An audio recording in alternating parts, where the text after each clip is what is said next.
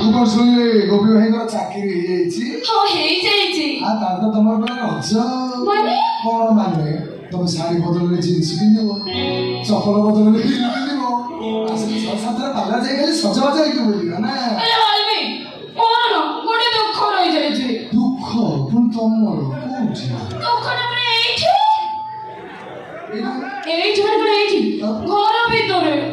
ଗୋପୀ ସିନା ଚାକିରି ପାଇଗଲେ, ହେଲେ ତାଙ୍କ ବାପା ମାଙ୍କୁ ବୋଲି ପାରୁନାହାନ୍ତି। ଏଇଟା ମୋ ଜୀବନ ସବୁଠୁ ବଡ ଦୁଃଖ। ଭାଉଜ ତମେ ଗୋଟେ କାମ କରୁନ, ତମେ ସେ ବୁଢା ବୁଢୀ କହିଦିଅ ଯଦି ଏମିତି ନେକ୍ସଟ ଟାଇମ୍ ଆଉ ହୁଏ ତମେ ସେ ଗୋପୀଟାକୁ ଡିଭୋର୍ସ ଦିଅ। ମୁଁ ତାଙ୍କ ଝିଅକୁ କଷ୍ଟ ଦଉଛି, ତମେ ବି ସେ ବୁଢା ବୁଢୀ କଷ୍ଟ ଦିଅ। ରାଇଟ୍ ବାଲ୍ମୀ, ଏଥର ତ ଭିତରକୁ ଚାଲ।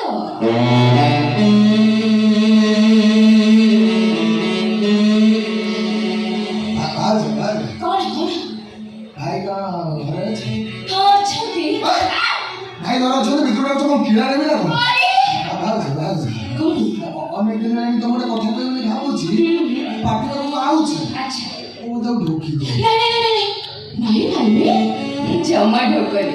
ଢୋକିଲେ ନା ତମ ଦେହ ଖରାପ ହବ।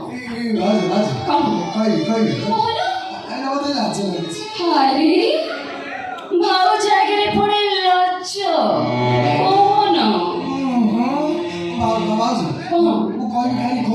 କାହାରେ କହିବିନି? ସତ ସତ ସତ।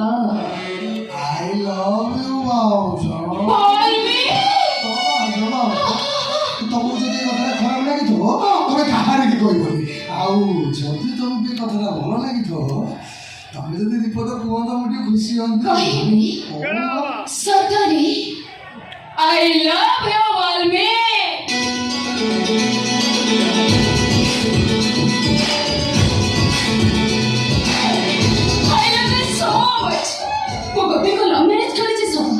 କିନ୍ତୁ ମୋ ମନ ହୃଦୟରେ କେବଳ ତମେ ହିଁ ତମେ ମୋର ପସନ୍ଦ ବାଲ୍ମୀ। ଭାଉଜ ମୁଁ ସେ ସ୍ତ୍ରୀକୁ ନ ମ୍ୟାରେଜ କଲେ କଣ ହବ? ତମେ ବି ମୋର ଭାରି ପସନ୍ଦ, କାହିଁକି ନା ତମେ ତ ମୋର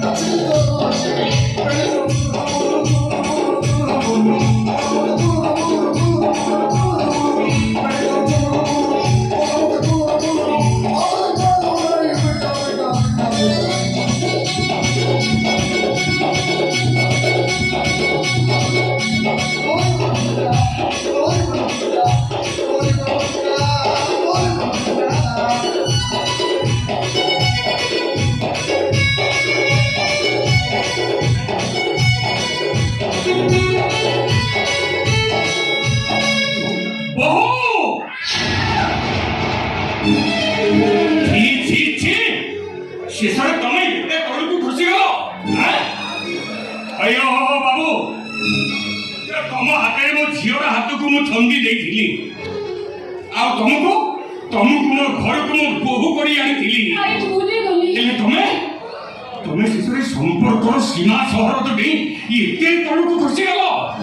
ଆରେ ଏତେ ବଡ଼ ପାପ କାମ କରିବା ପାଇଁ ତମେ ସାହସ କରିପାରିଲ କେମିତି? ଆଜି ତମ ମାନଙ୍କ କଥା ସମସ୍ତେ ଜାଣିଥିବା ନିହାତି ଦରକାର।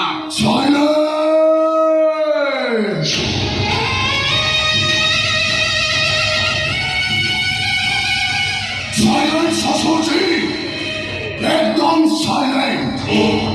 আমি ভুল করেছি, আমি কথাকে স্বীকার করছি। তুমি যদি এই কথাটাকে কন্ট্রোভার্সি କରିବା ପାଇଁ চেষ্টা কর ତମ ଝିଅ ସୀମା ଜୀବନଟାକୁ ମୁଁ ମାଟି କରିଦେବେ। ଗୋପୀଙ୍କୁ ମୁଁ ଏତେ ଦୂରକୁ ନେଇଯିବି ଯେ ଏ ଜନ୍ମରେ ଗୋପୀଙ୍କ ସହିତ ତମର ଆଉ କେବେ ବି ଦେଖା ହବନି। ରହିଲେ ସମସ୍ତଙ୍କ ପାଇଁ ମଙ୍ଗଳ। ଆଉ ପାଟି ଖୋଲିବା ପାଇଁ ଚେଷ୍ଟା କଲେ ପ୍ରଳୟ ଆସିବ, କେବଳ ପ୍ରଳୟ। ଏବେ ଆପଣ କଣ କରିବେ? କଣ କରିବେ? ଆରେ କୁହନ୍ତୁ ନା, ଏବେ ଆପଣ କଣ କରିବେ?